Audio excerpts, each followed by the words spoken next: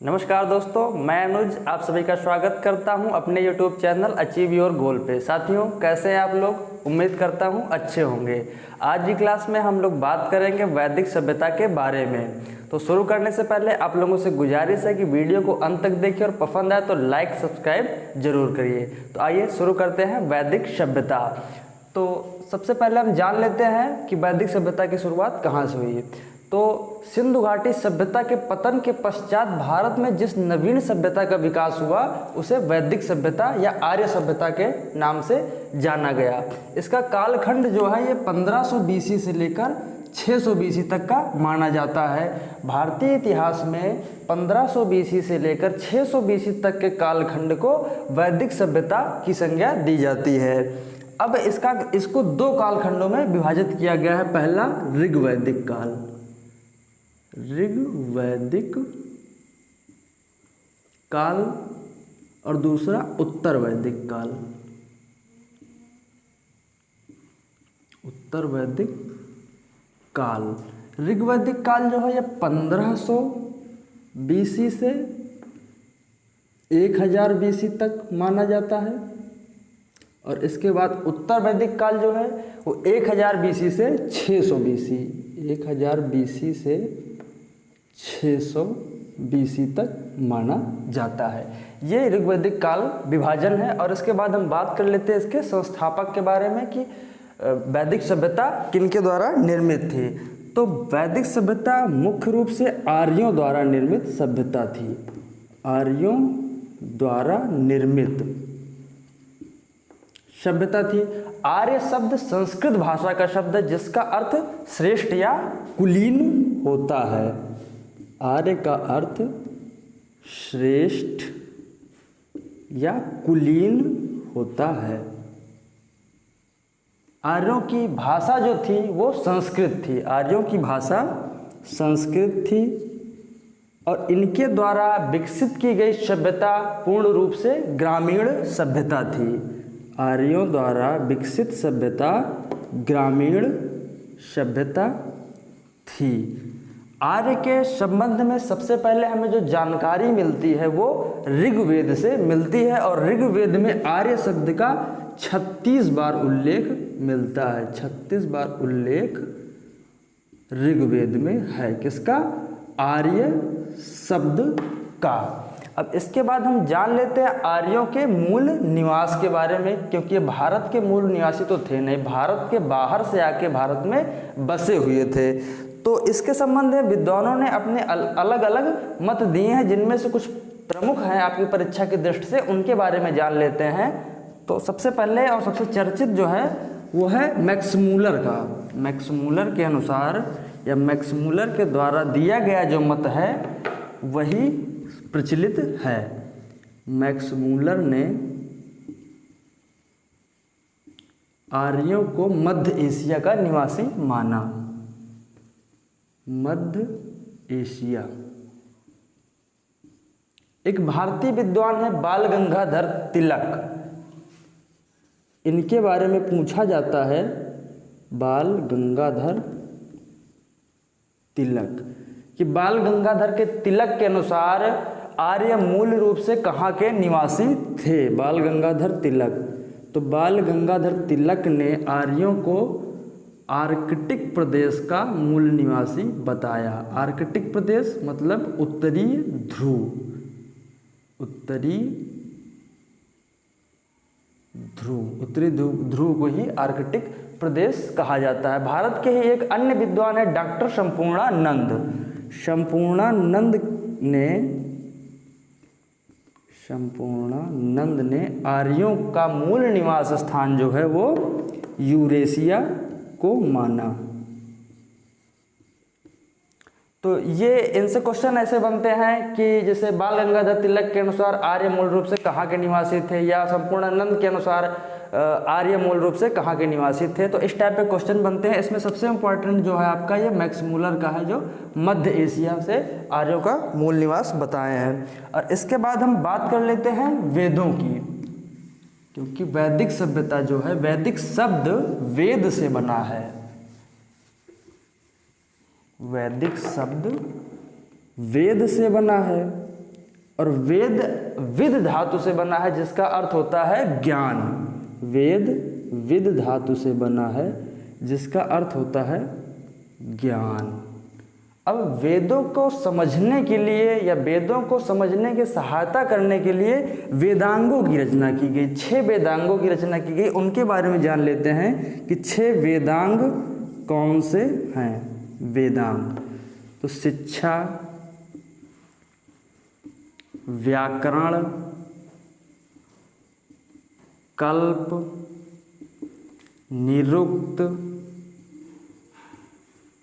छंद। शिक्षा, व्याकरण, कल्प, निरुक्त, छंद एवं ज्योतिष,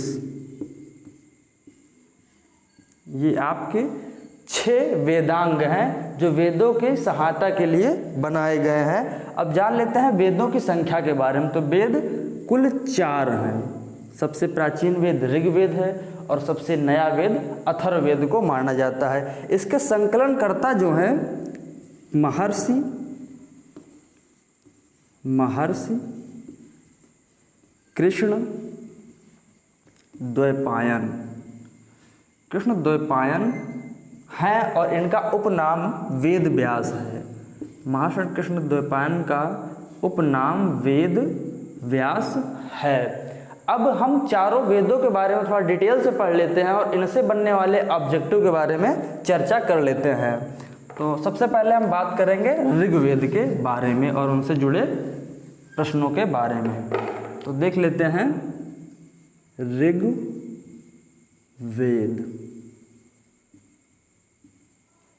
ऋग्वेद जो है इसमें ऋचाओं का क्रमबद्ध संकलन किया गया है। जिस वेद में ऋचाओं का अर्थ आप जानते हैं श्लोकों से है। ऋचाओं का क्रमबद्ध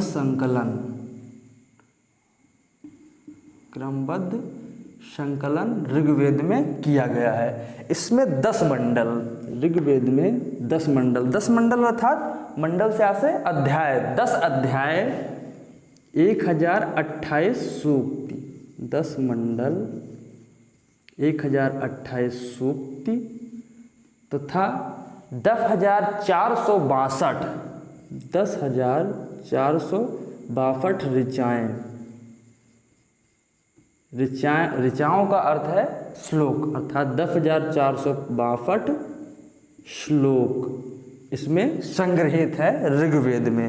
ऋग्वेद के पवित्रतम देवता के बारे में पूछा जाता है कि ऋग्वेद के सबसे पवित्र देवता कौन थे। तो ऋग्वेद के सबसे पवित्र देवता इंद्र थे।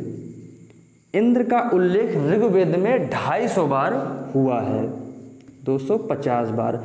एक अन्य देवता है अग्नि। अग्नि का उल्लेख ऋग्वेद में 200 बार हुआ है। और इसके बाद एक क्वेश्चन और बनता है कि ऋग्वेद की जो पवित्रतम नदी थी वो कौन सी नदी थी। तो ऋग्वेद की जो पवित्रतम नदी थी वो सरस्वती नदी थी, सरस्वती नदी। इसे नदीतमा की संज्ञा दी जाती है।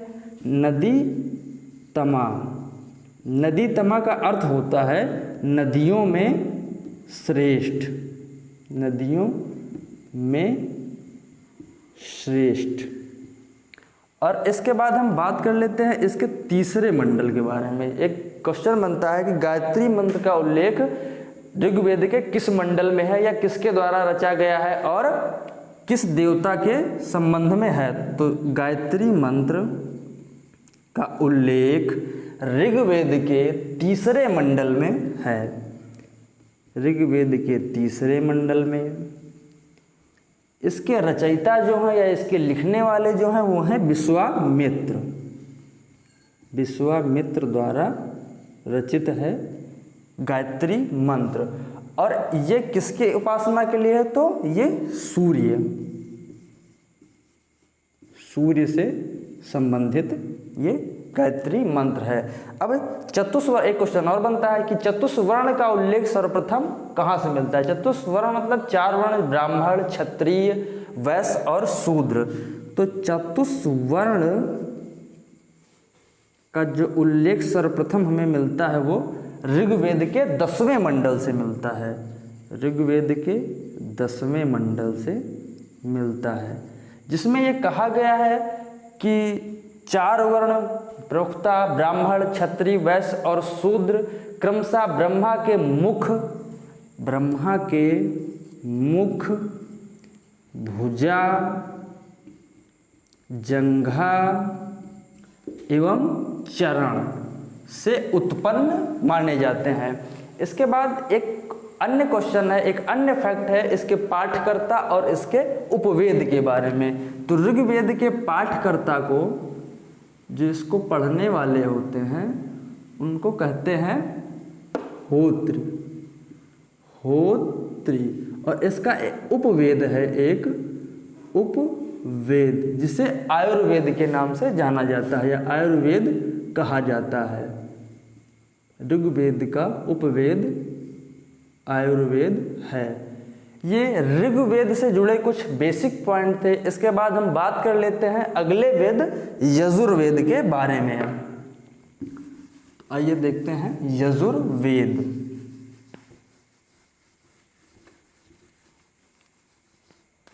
यजुर्वेद में यजु का अर्थ होता है यज्ञ।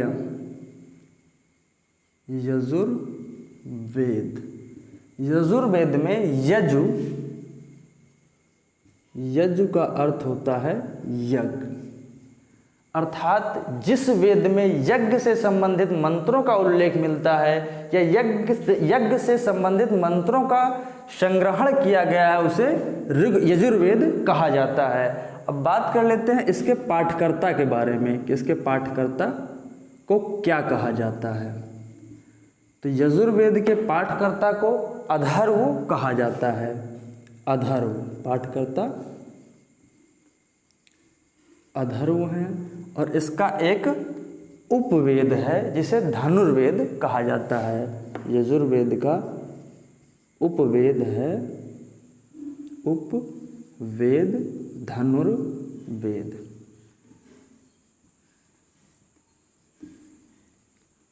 इसकी एक अन्य विशेषता है कि यह गद्य और पद्य दोनों में संकलित किया गया है। एकमात्र वेद जो गद्य व पद्य दोनों में उपलब्ध है। तो ये थी यजुर्वेद से संबंधित कुछ विशेषताएं। इसके बाद अगले वेद सामवेद के बारे में बात कर लेते हैं कि सामवेद से जुड़ी क्या क्या विशेषताएं हैं और उनसे कौन कौन से ऑब्जेक्टिव बन सकते हैं। तो सामवेद आपकी परीक्षा की दृष्टि से और इम्पोर्टेंट है। इसमें साम का अर्थ होता है गान। शाम का अर्थ होता है गान से।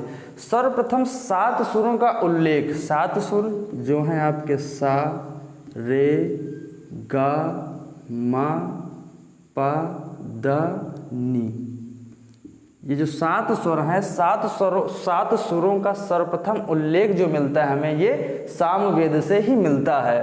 और इसे भारतीय संगीत का जनक, सामवेद को ही भारतीय संगीत का जनक कहा जाता है। तो सामवेद से इम्पोर्टेंट पॉइंट यह है कि भारतीय संगीत का जनक है। साम का अर्थ गान होता है और सर्वप्रथम सुरों का उल्लेख जो मिलता है हमें, ये सामवेद में ही मिलता है। और इसके बाद हम बात कर लेते हैं अथर्ववेद की। अथर्ववेद का नाम अथर्वा ऋषि के नाम पर पड़ा क्योंकि ये अथर्वा ऋषि द्वारा रचित था। अथर्ववेद ये अथर्वा ऋषि द्वारा रचित था।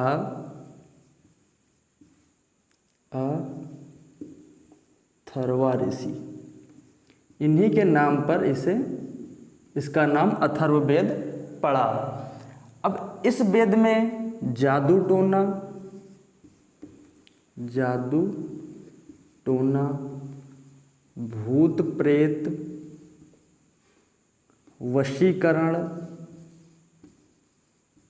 वशीकरण तथा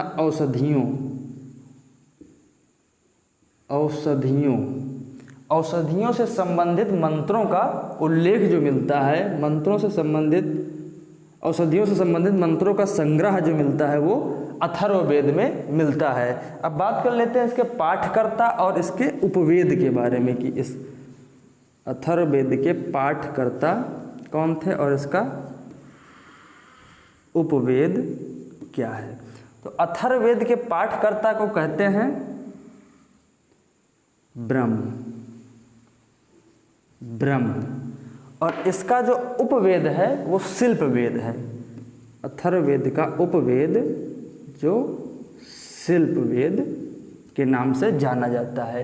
ये चारों वेदों से संबंधित कुछ इंपॉर्टेंट फैक्ट थे जो आपको जानने चाहिए, आपके परीक्षा के दृष्टिकोण से इंपॉर्टेंट है। अब हम जान लेते हैं वैदिक सभ्यता के भौगोलिक विस्तार क्षेत्र के बारे में कि ये कहाँ से कहाँ तक फैला हुआ था। वैदिक सभ्यता का भौगोलिक क्षेत्र, तो प्राचीन आर्य जो भारत में आए थे ये सप्त सिंधु प्रदेश में बसे थे। किस प्रदेश में? सप्त सिंधु या सप्त सिंधु प्रदेश में बसे थे। ये दक्षिण एशिया के उत्तर पश्चिम क्षेत्र से लेकर यमुना नदी के तट तक फैला हुआ था। यमुना नदी के तट तक,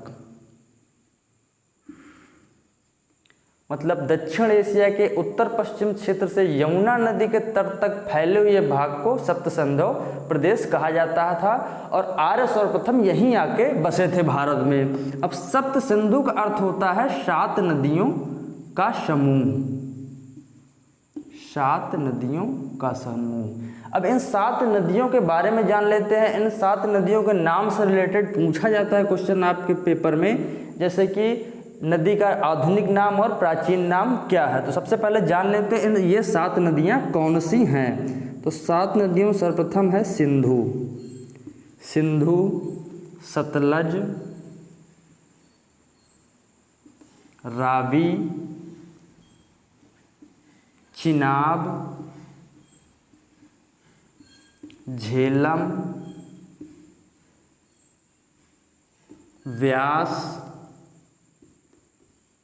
व्यास, सिंधु, सतलज, रावी, चिनाब, झेलम, व्यास और एक आपकी नदी है घग्गर नदी। अब इनके प्राचीन नाम के बारे में जान लेते हैं कि प्राचीन काल में या ऋग्वैदिक काल में इनको किन नाम से जाना जाता था। तो सिंधु नदी का नाम सिंधु ही था और सतलज नदी का नाम सतुद्री था। सतलज नदी का नाम सतुद्री था। रावी को पुरुषणी नदी के नाम से जाना जाता था, पुरुषणी। और चिनाब को अस्कनी नाम से ऋग्वैदिक काल में जानी जाती थी। झेलम को वितस्ता के नाम से जाना जाता था, झेलम, वितस्ता। और इसके बाद व्यास को विपाशा नदी के नाम से जाना जाता था। घग्गर जो है ऋग्वैदिक काल में सरस्वती नाम से जानी जाती थी। ये 7 प्रमुख नदियाँ थी जहाँ आर्य आके प्रारंभ में बसे थे और इनसे जुड़े जो इसके प्राचीन काल के नाम थे इनसे रिलेटेड। अब अगले क्लास में हम लोग बात करेंगे वैदिक सभ्यता से जुड़े कुछ अन्य फैक्ट के बारे में और मिलते हैं नए क्लास में नए वीडियो के साथ। तब तक के लिए नमस्कार, जय हिंद।